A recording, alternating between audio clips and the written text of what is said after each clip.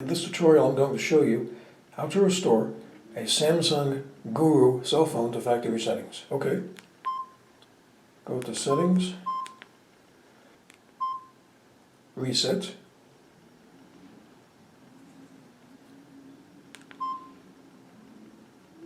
all, now go to reset, yes, enter the password, it's 1234,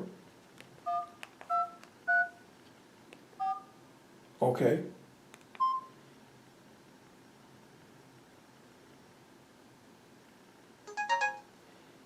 And there you go, the phone has been restored to factory settings. So I hope you found this video useful. If you have, please show your support for this channel by subscribing.